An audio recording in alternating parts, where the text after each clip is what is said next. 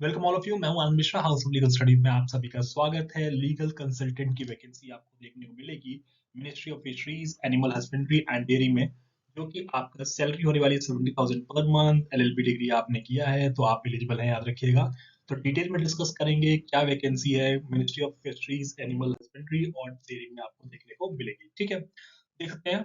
Engagement of two consultant, legal legal consultant की आपको यहाँ पे पोस्ट देखने को मिलेगी, जो कि कॉन्ट्रैक्ट बेसिस पे है। ठीक है, जो कि डिपार्टमेंट आपका एनिमल हस्बेंड्री एंड डेयरिंग। ठीक है, यहाँ पे आपको लीगल कंसल्टेंट की पोस्ट मिल रही है। जो लास्ट है, याद रखिएगा, सीवी अपने भेजने की फॉर्म और एप्लीकेशन फॉर्म, साथ में आपको जो आपका सीवी है वो भेजने के लिए लास्ट डेट है बेसिकली वो आपका 12 दिसंबर है। तो 12 दिसंबर 5 बजे तक बेसिकली आप या तो बेसिकली डायरेक्ट आप जो हेड ऑफिस है वहां पे आप देख सकते हैं, रूम नंबर लिखा हुआ है क्लियरली 455A, फोर्थ फ्लोर, कृषि भवन, न्यू दिल्ली। ठीक है, यहाँ पे या बेसिकली ईमेल के थ्रू।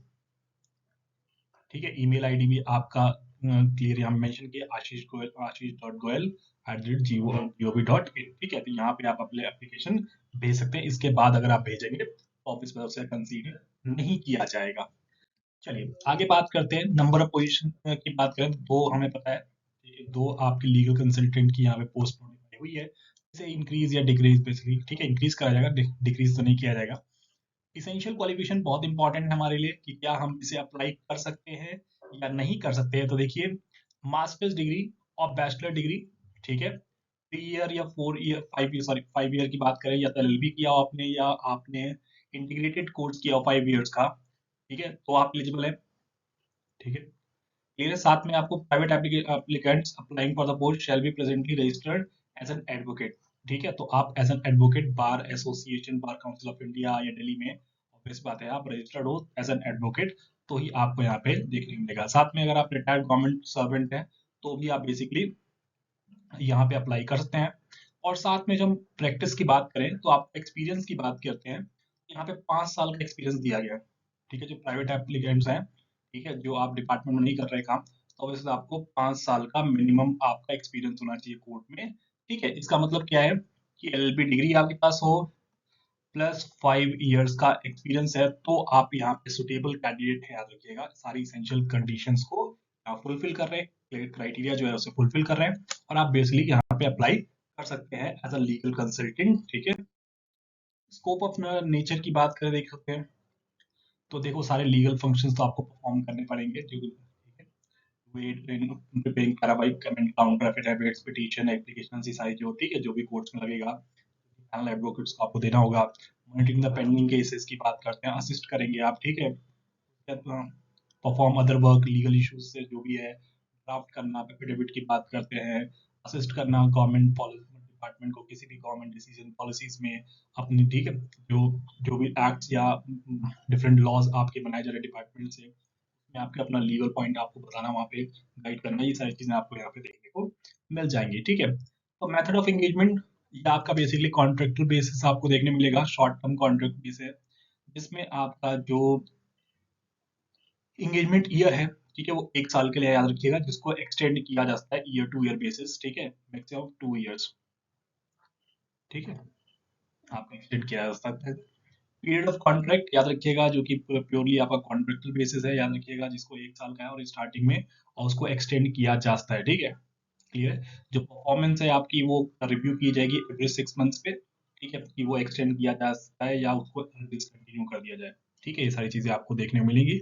और जो भी अपॉइंटमेंट है ऑफिस में, देखो 1 साल का इनिशियल टर्म है, प्लस उसको एक्सटेंड एक एक साल के लिए 2 बार कर सकते हैं। मतलब टोटल टर्म अगर हम बात करें तो 3 ईयर मैक्सिमम आपका है, इससे ऊपर एक्सटेंशन किसी भी केस में पॉसिबल नहीं होने वाला है। ठीक है, तो मैक्सिमम पीरियड जो हम बात करें, अगर आप अच्छा काम करते हैं तो ऑब्वियसली आपको 3 साल के लिए यहाँ पे रखा जाएगा। ठीक है, एज लिमिट देख सकते हैं आप लोग, जो कि दोबारा रिवाइज हुई है। ठीक है, पहले थी 40 साल प्राइवेट पर्सन के केस में, और जो गवर्नमेंट सर्वेंट है उनके लिए 62 ईयर्स है, और प्राइवेट के लिए 40 ईयर्स का एज क्राइटेरिया है, जिसको अभी रिवाइज किया गया। अभी हम देखेंगे कि क्या बेसिकली रिवाइज के बाद जो एज क्राइटेरिया वो क्या फुलफिल हो रहा है। रिम्यूनरेशन की बात करें तो जो प्राइवेट एप्लीकेंट हम लोग एज एन एडवोकेट अगर आप प्रैक्टिस कर रहे हैं, तो उनके लिए क्या है, 70,000 पर मंथ। ठीक है, मंथली बेसिस पे आपको 70,000 पर मंथ मिलेगा। और जो रिटायर गवर्नमेंट एम्प्लॉयज हैं उनके लिए क्या है कि जो भी आपका पेंशन है ना, जो आपके monthly fixed basically pension basic pension आती है, उसको रिड्यूस करके जो बाकी अमाउंट होगा वो आपको दिया जाएगा। ठीक है, ऐसा नहीं है कि 70,000 इनको मिलने वाला है। अगर आप मान लीजिए 30,000 आपका बेसिक सैलरी है, तो रिटायरमेंट के टाइम रिटायरमेंट पेंशन आपका कर रहे हैं ग्रांट, तो उस केस में आपको 40K और मिलेगा। ठीक है, इस तरह आपको देखने को मिलेगा। लेकिन जो प्राइवेट एप्लीकेंट्स हैं तो उनके लिए 70,000 का प्रोविजन यहाँ पे देखने मिलेगा। एज लिमिट की बात करते हैं दोबारा हम लोग, क्योंकि एज लिमिट रिवाइज की गई थी।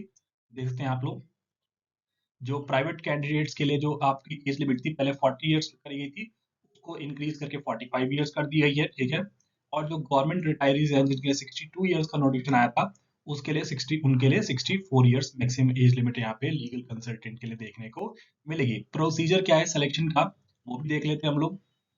जो कंसल्टेंट के लिए जो इंटरव्यू होगा बेसिकली, वो आपका पर्सनल इंटरव्यू होगा, याद रखिएगा, by selected committee. Shortlist candidates जो भी आप सीवीज हैं उसके बेसिस पे शॉर्टलिस्ट किया जाएगा और उन कैंडिडेट्स को बुलाया जाएगा, याद रखिएगा, पर्सनल इंटरव्यू के लिए। यहाँ पे कोई भी टीएडीए नहीं दिया जाएगा, आप इंटरव्यू अटेंड कर रहे हैं तो। ठीक है, shortlist time of interview, shortlisted candidates have to be produce their biodata and certificates in original for verification.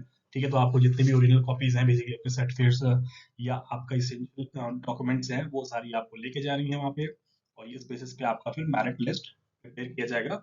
ठीक है, कोई आपको एग्जाम नहीं लिया जा रहा। शॉर्टलिस्ट कैंडिडेट्स को इंटरव्यू कॉल आएगी और इंटरव्यू के बाद ही आपका वहाँ पे सिलेक्शन होता हुआ दिखेगा। कोई भी दिक्कत हो, डाउट हो, जरूर बताइएगा। कमेंट सेक्शन में बेसिकली मैं आपको लिंक प्रोवाइड कर दूंगा जहाँ से आप ऑफिशियली इस फॉर्म को भर सकते हैं। ठीक है, कोई भी दिक्कत हो इस एग्जाम के रिगार्डिंग तो आप लोग मुझे कनेक्ट कर सकते हैं। यूट्यूब चैनल पे आप लोग सब्सक्राइब कर लीजिए चैनल, ताकि आपको नेक्स्ट वैकेंसीज या आपके लीगल अपडेट का पता चल जाए। इंस्टाग्राम पे आप मुझसे जुड़ सकते हैं, व्हाट्सएप के थ्रू आप जुड़ सकते हैं मुझसे, या टेलीग्राम ग्रुप में आप लोग ज्वाइन कर सकते हैं मुझे। ठीक है, थैंक यू सो मच।